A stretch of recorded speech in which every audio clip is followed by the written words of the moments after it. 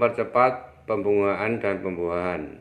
Assalamualaikum warahmatullahi wabarakatuh. Terima kasih sudah berkunjung ke channel Toko Pertanian 5758. Toko Pertanian Maju Mapan beralamat di Jalan Jenderal Sudirman nomor 55, Desa Godong, Kecamatan Godong, Kabupaten Grobogan, Jawa Tengah.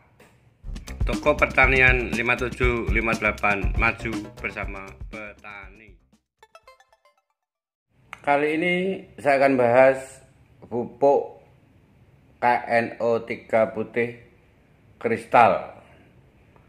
KNO sendiri ada beberapa macam, yaitu dari yang produksi sampatan utama atau Pak Tani adalah KNO putih dan KNO merah. Untuk kali ini yang kita bahas adalah KNO putih kristal dari Pak Tani atau dari sampatan utama, dan KNO3 putih dari kristal dari DGW, yaitu yang DGW adalah pupuk KNO3 kalium nitrat kristal, dan dari Pak Tani adalah pupuk KNO3 putih PN kristal. Ini kemasannya 1 kilo, sedangkan dari DGW ini kemasannya adalah 2 kg. Untuk kandungannya, dari Pak Tani adalah nitrogen atau N dari nitrat atau NO3 adalah 13%, dan kaliumnya K2O nya adalah 45%. Sedangkan untuk DGW kandungannya adalah di sini, N nya 13% dan K2O nya adalah 46%. Jadi hanya selisih di kaliumnya, yaitu kalau dari sampatan utama 45%, kalau dari DGW 46%. Jadi kalau fungsi yang tertera di kemasannya DGW adalah seperti ini. Jadi sangat singkat padat. Yang pertama adalah keunggulan KNO 3 kalium nitrat yang bentuk kristal adalah pertama, formula kristal mudah larut dalam air. Yang kedua adalah bebas klorin. Yang ketiga, aplikasi dapat dilakukan melalui penaburan, penyebaran, penyemprotan, dan pengocoran. Sedang yang keempat adalah mempercepat pembungaan dan pembuahan. Yang kelima, meningkatkan mutu, kualitas, dan bobot buah. Yang keenam, dapat digunakan sebagai pupuk daun. Konsentrasinya adalah 5 gram per 1 liter air. Ini dosis pakainya untuk hortikultura adalah 4-7 kg per hektar. Masa edarnya 3 tahun ya guys.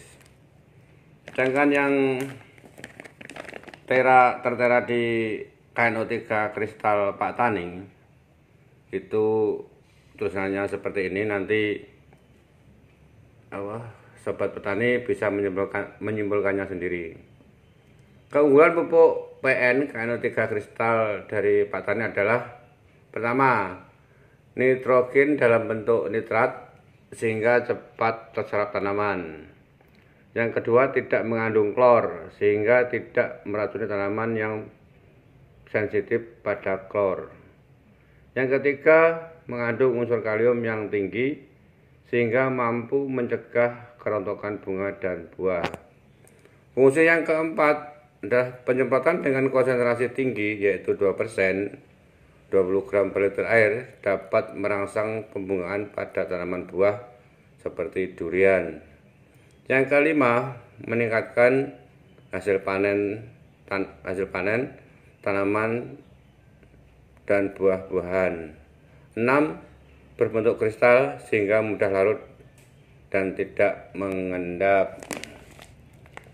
Ini kegunaannya adalah hampir pada semua jenis tanaman. Dapat digunakan pada tanaman bawang merah, bawang putih, kentang, wortel, cabai, tomat, semangka, melon, timun, kubis, sawi, bunga kol, tembakau, kedelai, kacang-kacangan, padi, jagung, apel, jeruk, mangga, anggur, stroberi, cengkeh, coklat, dan lada.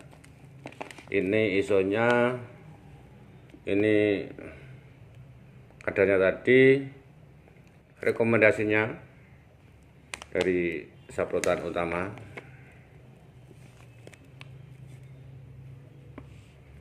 Untuk dosis per tanamannya ada di sini ya guys.